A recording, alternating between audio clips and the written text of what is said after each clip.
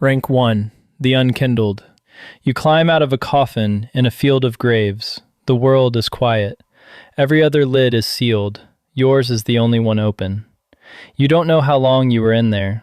The ash on your hands suggests a century. Somewhere above you, a bell is still ringing. You are already walking toward it. You don't know why. You have done this before. You followed that bell once, not because anyone asked you to, because you chose it. It led you to a fire. You tried to keep it burning. You failed. They put you in the ground with everyone else who failed. There is a man kneeling at the far end of the graveyard. He has a sword in his chest. You pull it out. That was a mistake. He rises. Udex Gundyr came here once for the same reason you did. He was too late. So they sealed him to the sword you just pulled, told him to wait until someone better came along. You were better, apparently. Then something erupts from inside him, black, pulsing, not what it was a moment ago. You kill what's underneath it. The bell rang. You moved. That is the only difference between you and the hundreds of others. Rank 2. The Firebound. You are not officially promoted. No one gives you a title. Firelink Shrine is a ring of thrones around a bonfire. It is the only place in this world that will not try to kill you. You walk in. You look around. You walk back out. There is a knight at the top of the wall. He is very large. You die. You come back. The shrine is still there. It is always still there. That is how this works. In the shrine, there is a blind woman sitting near the bonfire. She says, "Welcome to the bonfire, Unkindled One. I am a firekeeper. I tend to the flame and tend to thee. The lords have left their thrones and must be delivered to them. To this end, I am at thy side." She takes your souls without looking up. She puts them in the fire. She doesn't ask where you've been. She is always at the flame. She never asks. It is a remarkable system if you don't think about what it's for. The thrones have names carved in stone. You walk the ring and read them. Lords of Cinder. Beings who burn themselves in the world's flame to keep the age going. They did what you tried and couldn't. They were supposed to come back to these seats. They refused. One actually showed up, Ludleth of Corland. Small, burned almost to nothing, fused to his throne in a way that says he cannot get off it. He tells you to go find the others and drag their ashes home. He gives these instructions from a throne he will never leave. A dying pilgrim named Yoel finds you on the bridge. He offers power. You say yes. Dark marks appear on your skin. Your face begins to look wrong. You don't ask what you signed.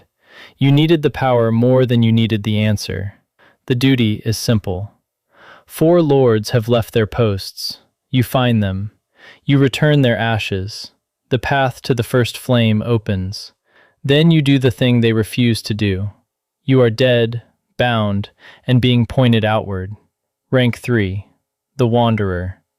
You are outside now. The shrine is behind you. The high wall of Lothric is a castle under siege by itself. Soldiers rot at their posts. Some erupt from the inside, the abyss bleeding through them, a black mass tearing through armor in the middle of what used to be a patrol. The abyss is the dark rot that spreads through everything that holds still too long. You die to it twice before you learn to expect it. Then you learn to expect it. The soldiers don't stop respawning either. You kill the same one on the same staircase 17 times. He is always surprised. At the gate, Vort of the Boreal Valley. A massive armored beast on all fours, frosted with ice, blocking the road south. He was a knight once. His lord gave him a ring. The ring did this. What lords do to the things they trust. You kill him. You keep going. You learn the outer world by dying in it. The same corridors, the same ambushes, the same soldiers exactly where you left them. You run back a lot. Below, the undead settlement. A village the kingdom built for the people it had run out of ideas for. Bodies hang from poles in the central plaza. A burning tree stands at the center with corpses woven into the branches. The evangelists who walk the muddy paths are very calm about all of it. When you have too many people who won't stay dead, you build somewhere to put them. Beyond the settlement, flooded forest paths, crucified figures in the trees, a cathedral visible for miles. The cathedral is the worst of the three. The cathedral of the deep. You push through the clergy inside. There is something at the center of the nave that the red-robed priests are protecting. You fight through them one by one. There are a lot of them. Every time you kill one, two more step forward. The thing at the center glows and pulses and chants in a voice that has stopped being a prayer. You kill it. The congregation loses its shape. The deacons of the deep were a faith that ran out of things to believe in and found something worse to replace it. Their replacement hasn't arrived to collect them yet. He is further ahead. You have killed everything the church's faith was supposed to protect. You are not sure the church disagrees. You are not sure you disagree either. Rank 4. The Abyss Slayer. You are a Lord Killer now. One down. Below Fair and Keep, in the catacombs of Carthus, there is what remains of High Lord Wolnir. He conquered kingdoms. He ground other lords' crowns to dust and made his own crown from the pieces. The Abyss took him anyway. It takes everyone here eventually. You walk over what's left of him and keep moving. Fair and Keep is a poison swamp surrounding a ruined fortress. The poison drains your health if you stop moving. The fog is thick enough to lose directions in. Giant slugs drift through the water. 3 towers you need to reach. You push through it. You die. You push through it again. Every Souls game has a poison swamp. The community takes this as a personal insult. They are not wrong. The fortress holds the First Lord of Cinder. You can hear them before you open the door. The Abyss Watchers were the greatest monster hunters in the history of this world. A legion who shared the wolf blood of an ancient hero, sworn to destroy the Abyss wherever it spread. Their pointed helms were a warning. If you saw those helmets coming toward your kingdom, you knew what it meant. You open the door. 3 of them are already fighting each other. One has red eyes. The one with red eyes hits both you and them without distinction. The wolf blood dried up. The Abyss they spent generations hunting found its way into them instead. The finest monster hunters in history, ruined by the thing they were built to hunt. You walk in and finish what the Abyss already started. One rises alone when the others fall. The last one, standing in the blood. You kill that one too. The first cinder goes on the first throne. Ludleth does not say well done. The Firekeeper takes your souls without looking up. She puts them in the fire. She doesn't ask. You killed the thing that was supposed to protect the world from the Abyss. Something will need to protect it now. Rank 5. The Mythbreaker. You are a Mythbreaker. The world built these people up. You knocked them down. A small doll, left in a coffin by someone already gone, was the key to Erythil. You cross the bridge on the far side of the swamp, and the valley opens. Erythil of the Boreal Valley is a frozen city under a permanent moon. Silver white, full, enormous. It has not moved in longer than anyone can remember. The streets below are empty except for ghosts, the figures of people who used to walk them, still walking. The city is beautiful in the way things are beautiful when they have already ended. Pontiff Sullivan rules it now. He found something beneath the tundra as a young sorcerer, a flame that wouldn't die, that swallowed the hearts of everyone who touched it. He used it to take the city. He gave it to his knights, and his knights became beasts, and he sent the beasts outward as guards. You fight him in a cathedral courtyard. He comes at you immediately. 2 swords, one dark, one burning. He is fast, and he does not stop. You take longer on him than on anything that came before. The architect who outlived his architecture. He dies in the courtyard he built. Past the city, the Erythil dungeon. The actual worst part of the game is not a boss. It is a hallway. Jailers with hot iron brands. Each time one looks at you, your maximum health drops. You don't fight them. You run. On the other side of the dungeon, a different city. You come out into the profaned capital.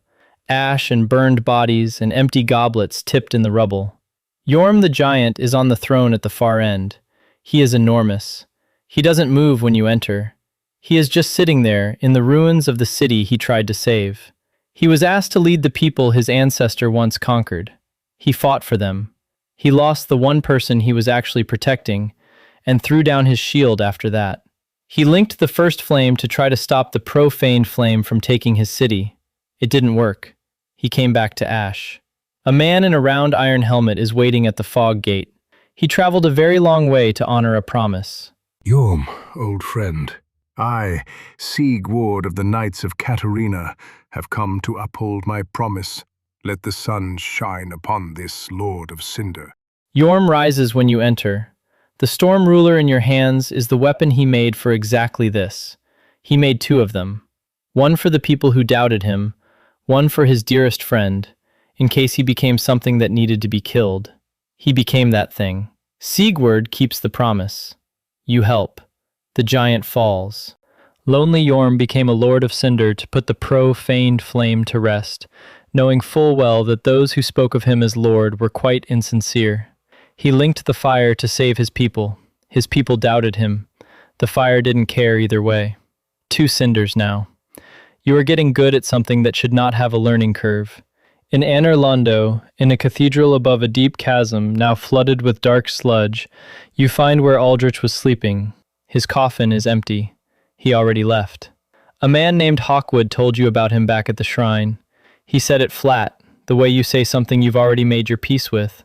A right and proper cleric, only he developed a habit of devouring men. He ate so many that he bloated like a drowned pig, then softened into sludge, so they stuck him in the Cathedral of the Deep, and they made him a Lord of Cinder, not for virtue, but for might. You find Aldrich in the cathedral above, black tide rising from the floor, human bones in the center of it, a god's body being slowly consumed at the surface. He sends an arrow storm across the entire floor. You run. You find the windows. You find the gaps. You kill him in the sludge.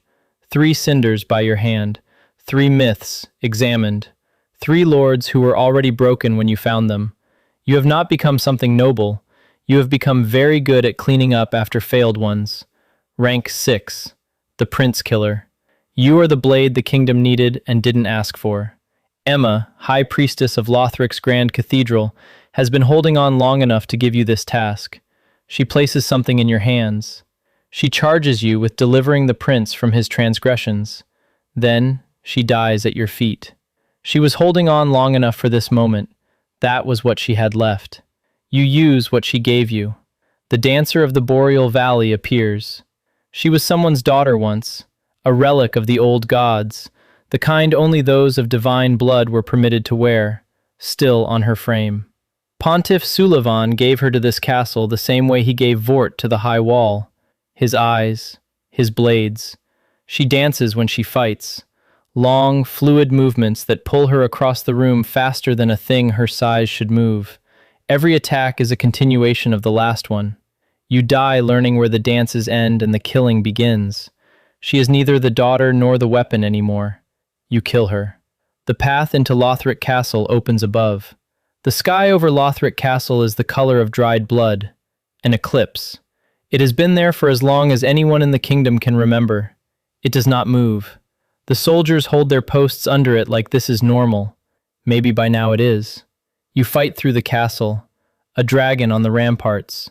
The bridge to the Grand Archives is guarded by the Dragon Slayer armor. No one is wearing it.